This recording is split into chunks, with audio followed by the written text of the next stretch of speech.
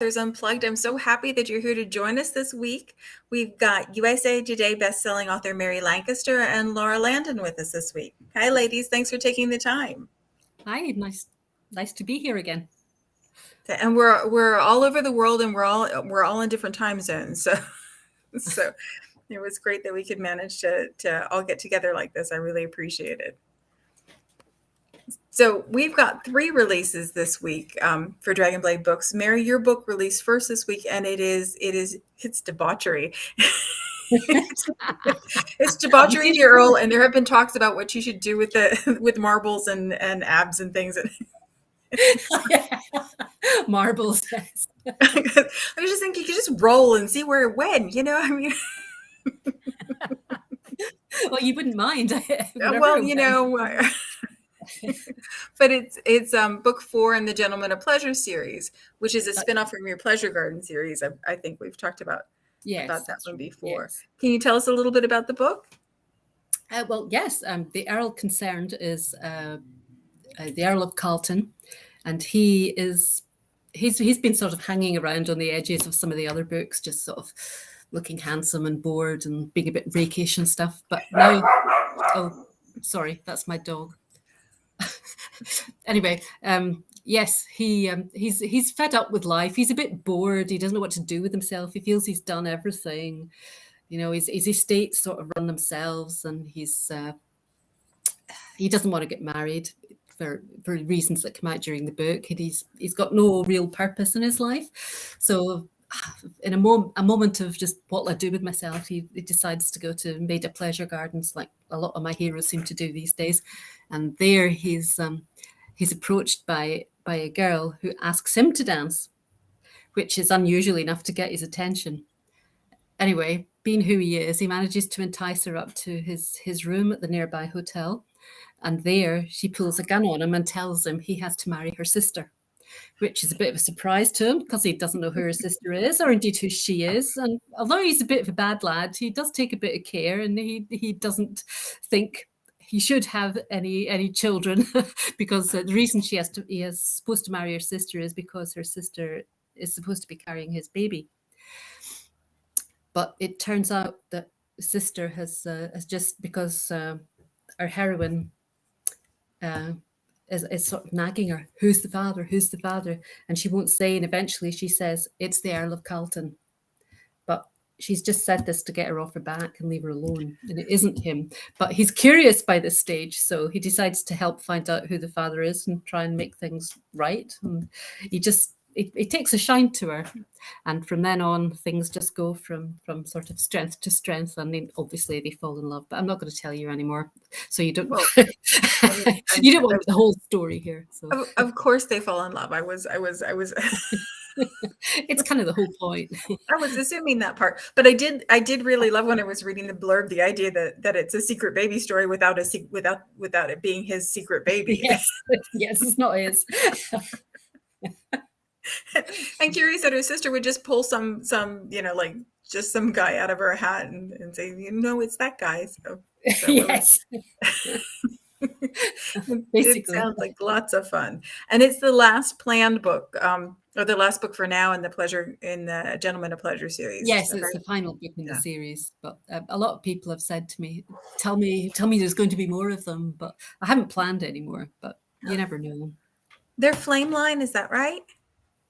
Yes, and they're not as flame ridden as some, but they're a bit hotter than I usually do. Flame ridden's a new word for me. Well, actually, I made it up on the spot. I'm not good with words, which is bad for a writer. Don't admit that.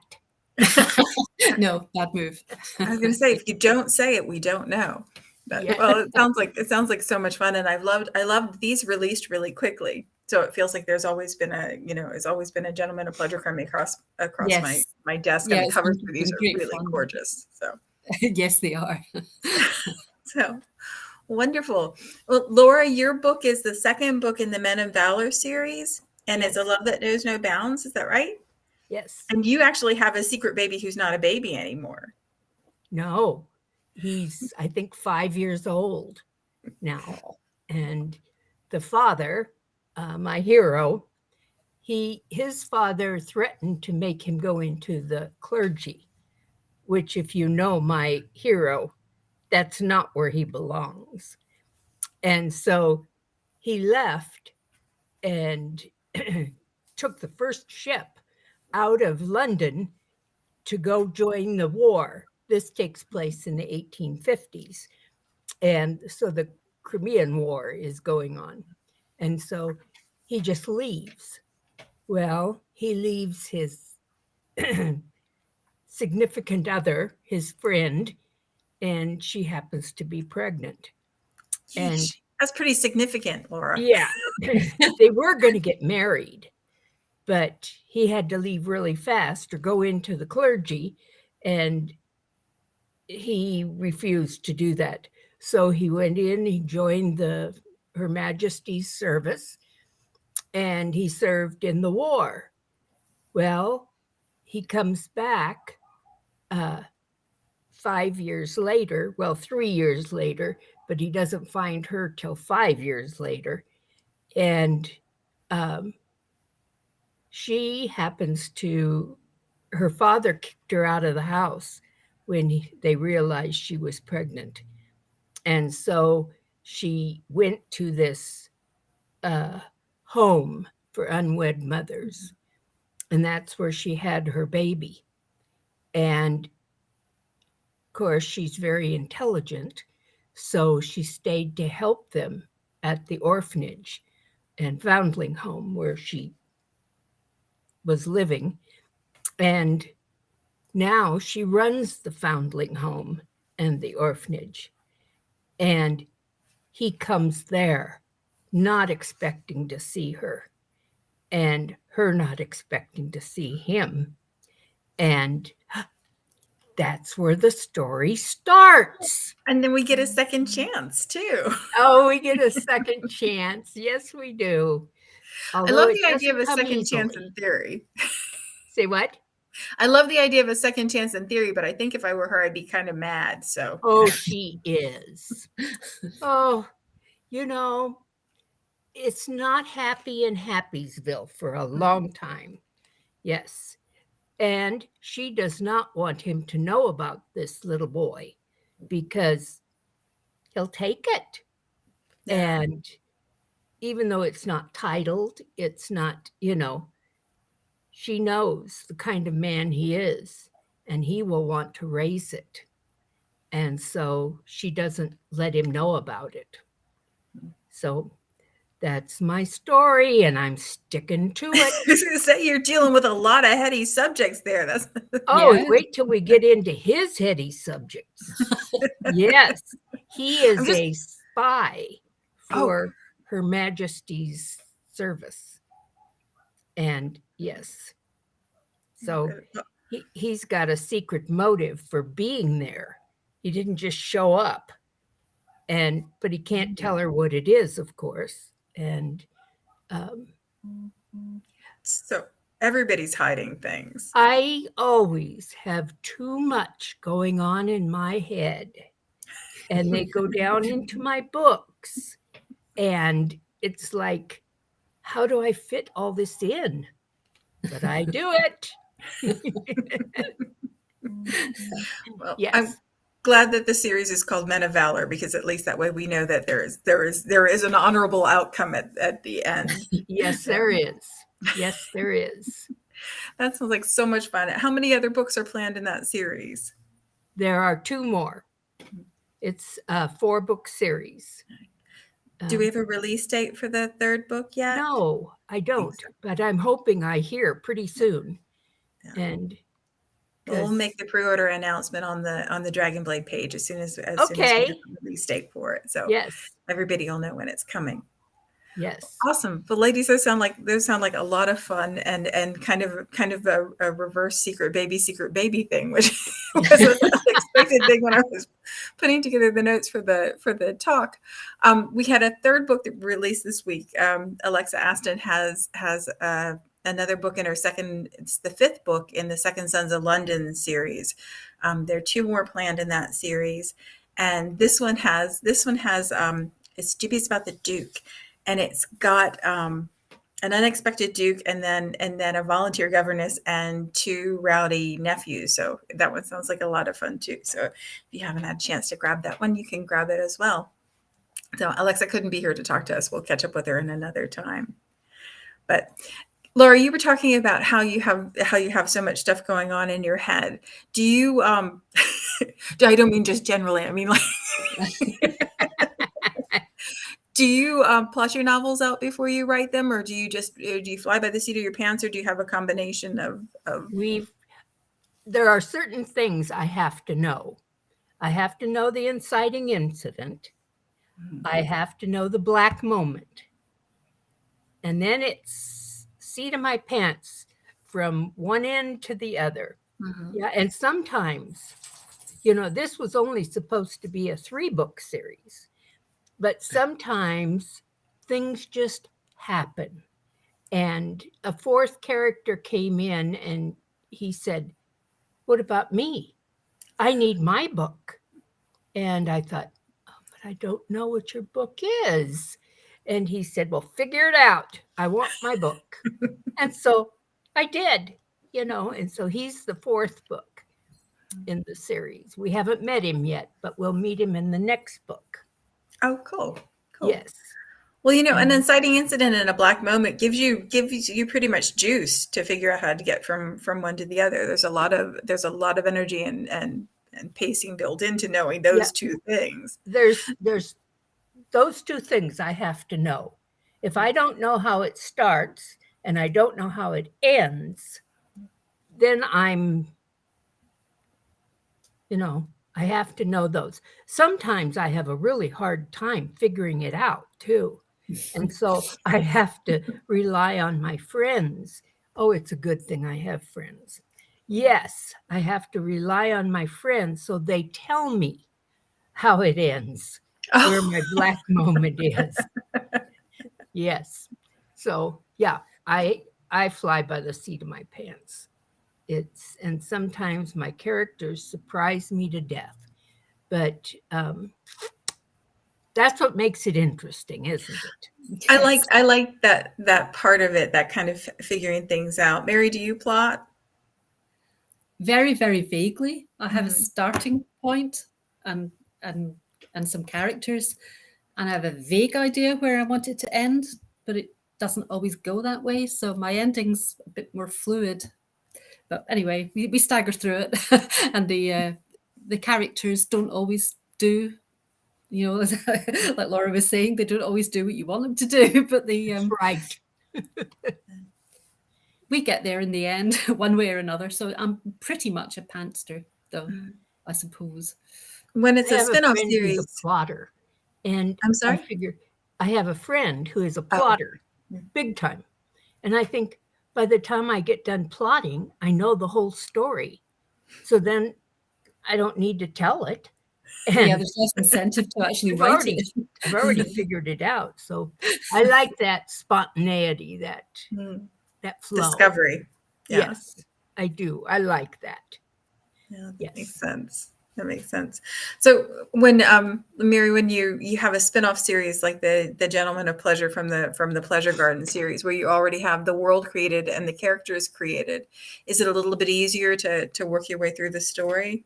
Yeah, definitely. And also because they were novellas, I didn't have to, you can only get so much in there. So you don't need all those little side plots and things that are going on. You can concentrate more just on the main characters and the road to happiness, if you like. And some of the characters were already there waiting for me. So yeah, it was much simpler, so I could sort of fly through them, which is why I suppose we could get one a month. So is there a length that's more comfortable to you for you to write? Do you like writing novellas or longer stories? I think I like both, actually. It's quite nice to have I think possibly you need more discipline for a shorter story. So you just have to concentrate on what's actually important to the story and not get headed off at tangents and things. But it's also nice to be able to take your time and concentrate a bit harder on the characters and stuff. So yeah, I like both. So a change is good, I think. Laura, do you have a preference? I like shorter. When I first started out, the norm for historical romance was up to from 85,000 to 100,000. And I wrote them, because that was what you were supposed to aim for. And then I was contracted with Montlake, Amazon, for a while, and they were starting this new line that was called what was it, Saturday Morning Reads or something like that. It was, and they were very short. And so that's what I wrote. I wrote a whole series of 6 books in those, and I could whip those out in, I'm kind of a fast writer. I'm not saying that makes a good writer, but I'm a fast writer. And I wrote those books quickly, and I thought, man, at this rate, I wrote 6 books in less than a month. Oh, wow. Yeah, they were all quickly might be an understatement there, Laura. Well, yes. It's like I said, I don't have a life, but I do. I write a lot. And you have an internal life, just not external diversions. Yes. As you see, this nice white hair. I'm also on a walker. I have some health issues. And so I spend most of my time, I don't leave the house. And I have all my friends trained to come and see me. I don't go anywhere. And so, it's a wonderful life.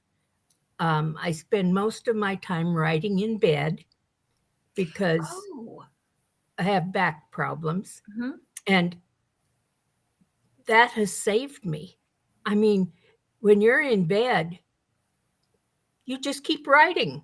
You don't have anywhere to go. And so I write and write and write. And so, but I have, you asked if I had a release date for book 3.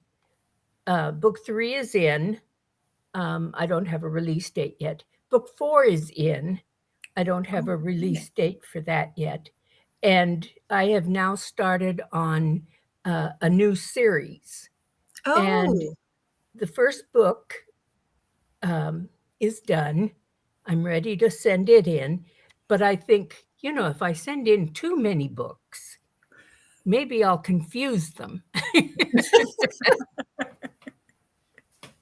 So I feel like we can keep track of it, but I hope so. Yes. What's the new series about? The new series is about a village. It's called Brookfield Village, and the Duke of Brookfield, he donated some money to start this village, and he built all these shops, and so the people can come and buy them. And that's what they are doing. He built like a doctor's office. Oh, goodness. Yeah, because he knew how valuable that was for a town. And so, now he's just watching all the people that are coming to his town and wanting to start businesses. It's like book 1 is his nephew or grandson, and he is very interested in running this town, helping with it, making it grow, letting it be. And so every book is a character that is entering this town and buying one of the buildings, and starting a business. And for instance, I haven't written the book yet. Muffy. That's my dog. The second book in the series is a friend of my Duke's grandson, and he wants to open a bookstore because his father owns a bookstore, and he loves to read. He loves to, and he even loves to write. And he loves to write children's stories. The problem is he's a hired assassin. And he just can't go with the idea of a children's author. And that is a double-sided coin. That's what I thought. Oh my goodness. That sounds like so much fun. We'll look forward to those when they come out. Yep. Mary, you've got you have a new series launching the beginning of September. The first book is Rebellion's Fire, and it's the McCaffs. Is it McCaffs? Yes. McKeiths? McCaff, I think, yes. McCaffs are coming, and every time I see it, I'm like, I have to stop and think how to pronounce it, because it has all the letters just in a different order than I expect them to be in. Can you tell us a little bit about the new series? The cover was unusual for the books that I've been seeing from you. So yeah, I'm really excited about it. It's not Regency, for one thing. It's Scottish medieval, set in the 12th, mainly the 12th century. The last books at the beginning of the 13th century. But basically, it's about a time when Scotland wasn't really a terribly united kingdom. The king only had a relatively small part of Scotland where he could actually rule. The rest of it was really by if anybody up north let him. So, and things were changing, moving on. With the Norman influence coming in. And the old ways were kind of dying out, which is why I called the series The Last Flame of Alba, because it's like the last dying gasp, if you like, of the old Celtic ways as newcomers come in and things change so that the king can be in charge of the whole country and so on. It concentrates on this family, the McCaffs, who did actually exist. They were real characters in time, but not an awful lot is known about them. But in fact, barely anything. So they give you a lot of scope for to a structure, but nothing already fleshed out on it. Well, you don't know what happened, but you know what could have happened, and there's no reason why it didn't. So, which is great fun to play with. Right. So. I have it at the beginning. There is the Earl of Ross, who was Malcolm McCaff. He's the first guy called McCaff. It goes into the story. It's why he's called that. His father was called Ed, and it was sort of misquoted probably as McCaff at one time. It means son of Ed, McCaff. So and he was rebelling constantly against the king, probably because he actually had a right to be king himself. Because in the old days, it was chosen from a much larger group of people. The king was chosen probably, well, anyway, I won't go into all that. I could get quite bogged down in research here. But he didn't have the chance to be king because King Malcolm Canmore had changed the system so that his eldest son with Queen Margaret, who became Saint Margaret, their children were to be the heirs, and it was to be passed down from eldest son to eldest son to eldest son, the way it's done in most of Europe by this time. But Malcolm McCaff wanted a shot at it, so he was raising rebellion, but he got captured and he's put in prison for 20 odd years. And meanwhile, it's a long time. It is a long time. So, and he's actually the hero of book 2. But anyway, in book 1, it's his young sons who are by this time in their early 20s, who are raising rebellion and trying to get their father out of prison and even a shot at the kingship. But so that's what it's all about. And eventually, in book 1, do I need to tell you all this? Will I wait until later? I'm getting carried away here and just babbling on. Perhaps I should stop there. told you I enough. love that you're getting carried away, because it's like the more excited you get, the easier it is for us to get excited about the books. You mentioned about doing about research and not wanting to dive into the research. I was wondering, do you write in one time period at a time, or can you switch back and forth? How do you keep your head in the right place and keep the details right for yourself? It can be a bit tricky.